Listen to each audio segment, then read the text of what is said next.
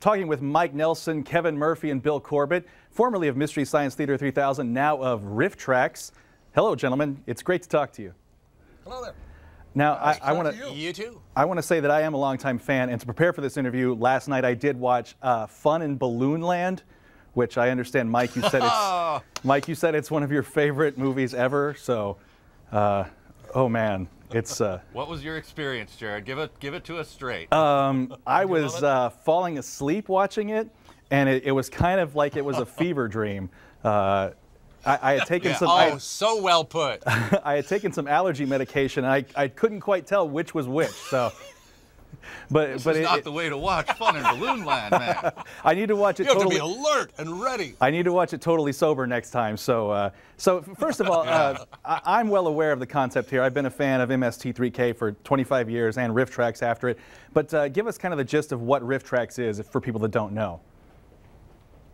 Yeah, well, we took the rapid-fire commentary over movies thing that MST was famous for, and in 2006 we started Rifftrax just to do it as downloads, and we've since added videos on demand and shorts and things that you can stream, and so a different variety of stuff. And then, but a couple years after we started it, we wanted to do live shows again, and we teamed up with Fathom Events, where we'll do a live show in a venue and beam it to 600 theaters.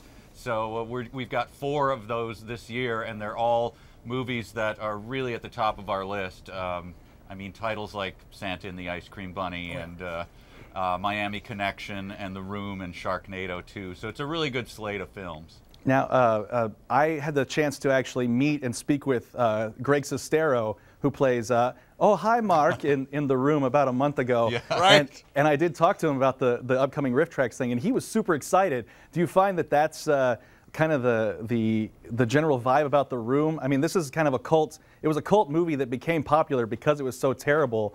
How did you land upon it?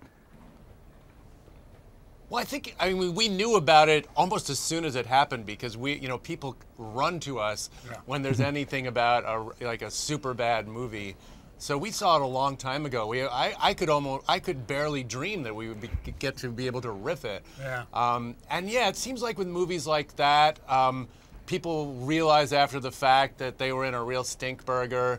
Like Greg just has been a real pal to us, and even Tommy Wiseau himself sort of is on board with this, with our riffing of The Room. And whether he knows or not what he did, it kind of doesn't matter at this point. So yeah, most of the time we've had surprisingly little flack for what we do, and maybe it's because we don't really, go after anyone all that personally. Yeah. That personally. Now this is your second take on The Room, correct? Well, we did it as a commentary that you download and play with the movie, but now we're going to be doing it live with the blessings of producer, director, writer, star Tommy Wiseau. Yeah, and we've completely retooled the script, and like with all these live shows, we're doing it in front of a live crowd, and things happen, and it should be, it's always 10 times more fun to see it live than it is just watching it at home. Now this is, you're actually performing The Room live riff at Tribeca Film Festival this week, is that correct? Yeah. Yes, we are. Yeah, all right. Indeed. Give it a little road test. How did that happen? You think we of thought this Tribeca. festival needed some prestige.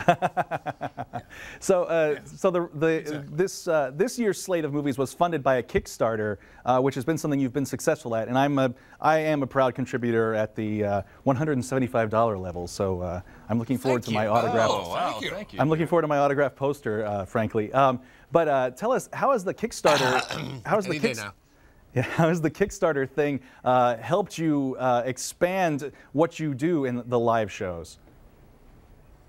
Yeah, well, we simply couldn't do these movies. We're a small company, and we're on the internet, and the production that goes into them is so good, and also just the rights for these movies are so difficult to secure that we really couldn't do it without the help of our fans. And so we put it out there, and do you want to see this? And people were really excited about it, and we quickly met our goals that allowed us to sort of pull the trigger on all of these movies. So we're very grateful for that.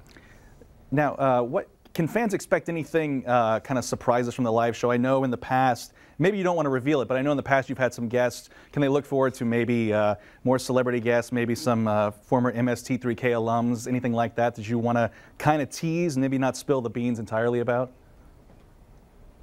Well, we don't, not all the shows are worked out, so there's a chance there'll be celebrities, but we like to think of our shorts as kind of our nice surprises for people. We're always on the lookout for these little weird 10-minute movies, and we have some for this year that we're pretty excited about. Don't want to spill the beans on those. For our first live show, May 6th, The Room, we have just a delightful, terrifying short for Yeah.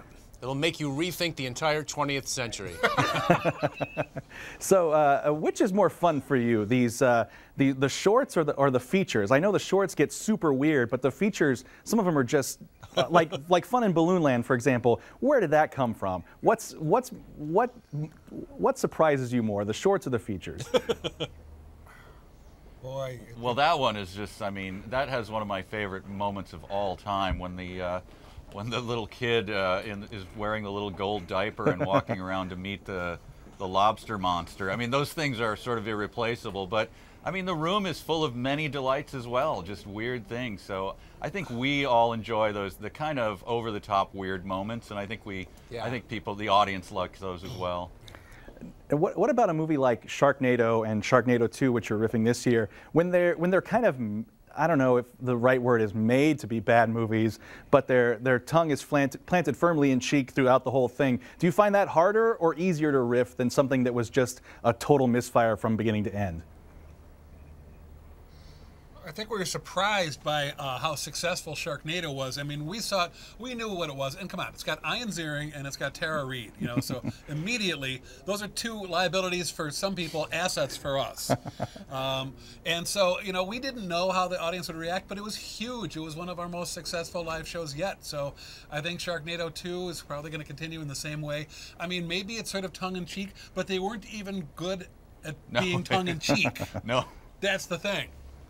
Well, I felt with Sharknado there were a lot of long, kind of boring procedural stretches that gave us ample room for fun. That's true.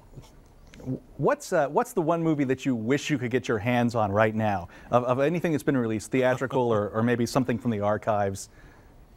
What's on your wish list? Well, I mean, I've had the lifelong desire to do Roadhouse, but that's just my own strange obsession, so I won't put that on anybody else. My lifelong strange obsession has been a 1970s movie called Billy Jack, which I loved as a child and saw later and realized, oh man, that kind of stinks. For our first Kickstarter, we tried to get Twilight, and Twilight would be, I think, doing Twilight Live would just be so wonderful. All right, we're going to wrap this up here. Thanks a lot for talking to me. And you can see The Room May 6th in theaters, correct? And then an encore the next week? Correct. Yep. And all the info is at rifftrax.com/live. All right, and one last question. Is corn grass? Bill? Yes, indeed it is, my friend. All right. There's a blog post on it. You can Rest easy knowing that it is. All right, thank you very much, Mike Nelson, Kevin Murphy, and Bill Corbett of Rifftrax. Thank you. Thanks, Jerrod. Thank you.